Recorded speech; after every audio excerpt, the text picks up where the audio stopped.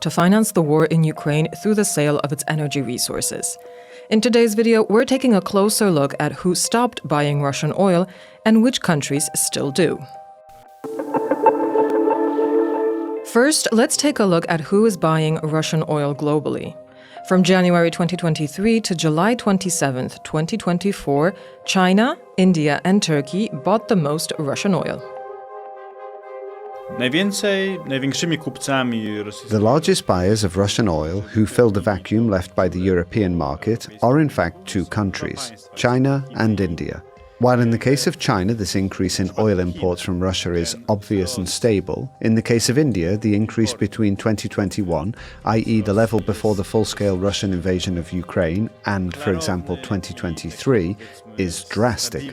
This is new import that India initiated because it spotted a great opportunity.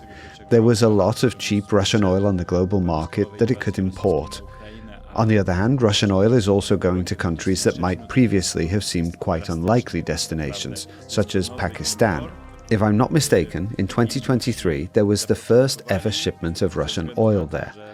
It also reaches other countries where it has never been imported. The same goes for fuels, because the EU embargo applies not only to oil but also to fuels, such as diesel. Russia supplied 40% of the EU import of this fuel. Today, that diesel goes, for example, to Africa, South America, or Turkey. Russians simply tried to find new customers wherever they could. The European Union as a whole is in fourth place. But how is that possible? After all, the EU has an embargo on Russian oil. And that's true. The embargo is there and it works, but there are exceptions for these three countries: the Czech Republic, Slovakia, and Hungary. They are all landlocked countries and have no possibility to quickly replace supplies from Russia. That's why they were given permission to continue to import Russian oil. However, the European Union has declared it wants to move away from Russian hydrocarbons. This means that these three countries should search for other import options. They should, but not all of them are actually doing it. And while in the context of the Czech Republic, for example, the government in Prague is making a significant effort to diversify supplies, that is, to expand the capacity of the oil pipeline from the south. In the case of Hungary and Slovakia, their intentions regarding diversification are not clear. Despite the fact that the European Union as a whole declares it is willing to move away from Russian supplies altogether, in the case of these two countries, these declarations are not so clear. In the case of Hungary, this is especially visible. The transport of oil still takes place, as well as gas. Both are supplied to these countries from Russia. And the Hungarians still declare they're willing to maintain trade relations with the Russian Federation. Poland does not import Russian oil. It's prohibited by law. However, Viktor Orbán claims that Poland still buys Russian oil, but through intermediaries. At the same time, he said that Poland has the most hypocritical policy in Europe. Here Orbán claimed that Poles were willing to buy this oil through intermediaries. I would say that his statement implied that the Polish side knows that it's Russian oil that someone is buying, and they're concealing this fact. It seems to me that this is too far-fetched an assumption, that this is simply not true. Indeed, there is a practice of hiding the origin of Russian oil. This is done, for example, through transshipments from one tanker to another, or by mixing Russian oil from somewhere else. However, in the case of oil purchased by Poland, the possibility of this procedure is very small. It's possible, but the probability of this is minimal, considering what kind of tankers arrive at Polish ports and how sensitive this issue is in the country.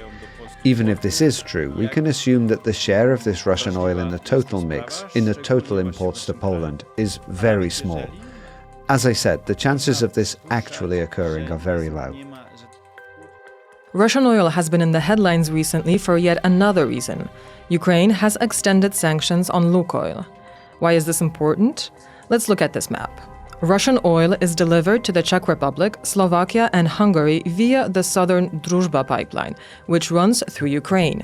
The decision to extend sanctions on LUKOIL includes the transit of crude through Ukraine's territory. And this means that oil from LUKOIL is no longer flowing to Hungary, Slovakia, and the Czech Republic.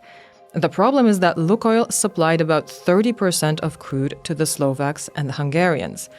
This decision made by Ukraine has caused outrage among the prime ministers of these countries. But why did Slovaks and Hungarians continue to buy Russian oil? Why didn't they just take the steps to become independent? After all, shouldn't they have expected that the transit of Russian crude via the southern Druzhba pipeline might ultimately stop? Our expert knows the answer. It's not that these countries are dependent only on Russian oil. They have for many years had an alternative connection to Croatia, to the Croatian oil terminal, and actually have enough capacity to import non-Russian oil. Russian oil, on the other hand, is currently cheaper, and this is beneficial for these countries. It's basically one Hungarian group, the MOL Group, which includes the Slovak oil company Slovnaft.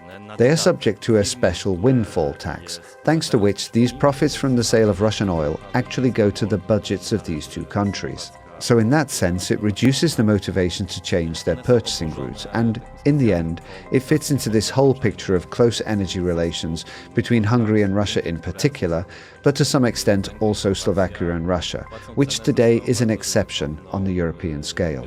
Hungary and Slovakia are paying the price for their very risky game. Of course, they have made temporary gains from importing Russian oil, which is cheaper, but they put themselves at risk. It was clear from the beginning that either something would physically happen to this infrastructure, or there would be an escalation of energy disputes between Russia and Ukraine.